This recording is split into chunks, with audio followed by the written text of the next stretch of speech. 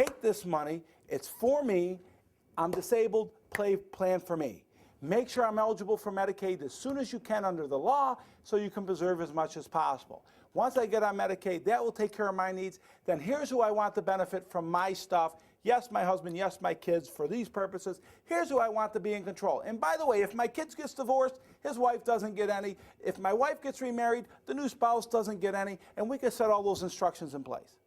What yes? About your eligibility for Medicaid if you've got a chunk of money in it? Beautiful. So if you're eligible for Medicaid, it's an open box. Boy, I got some work to do here.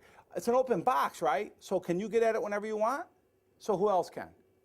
The nursing home and everybody else.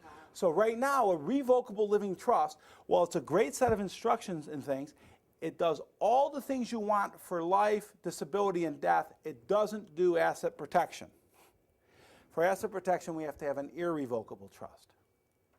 And what's an irrevocable trust? So a revocable trust is an open box. You could change it, amend it, do whatever you want. Who's in control of the revocable trust? You. No, you are. You're the trustee. See, great. Again, another confusion. I want to clear that up. Power of attorney is not in control of anything except your assets that are in your name alone. Again, remember, power of attorney has no instructions. He's just got to figure it out.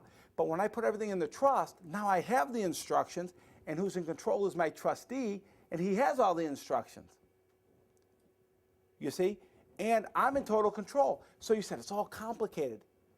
You won't even know the difference. The only difference you'll know is that when you sign your name, you'll put the word trustee after it. Everything else is the same. If you have a bank account, when you go down to the bank, can you take the money out? Why? Because it's in your name and you're signing for it.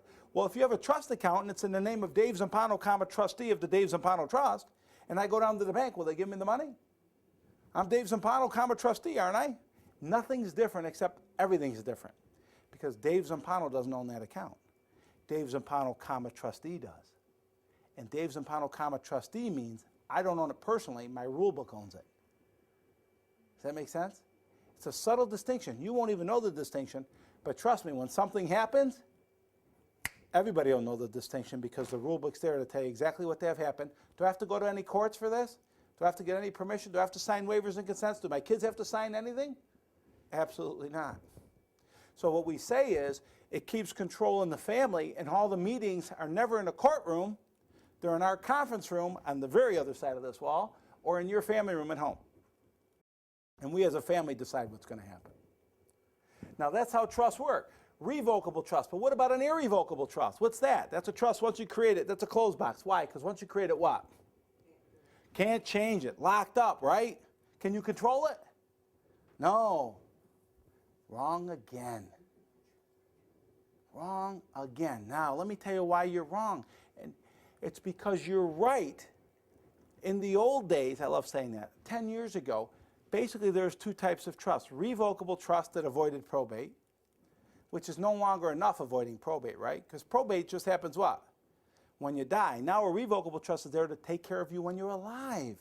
So it becomes not a death document like a will, it becomes a life document to manage all the things that happen when you're alive. Because you know what? Life's complicated now. In the old days, what happened?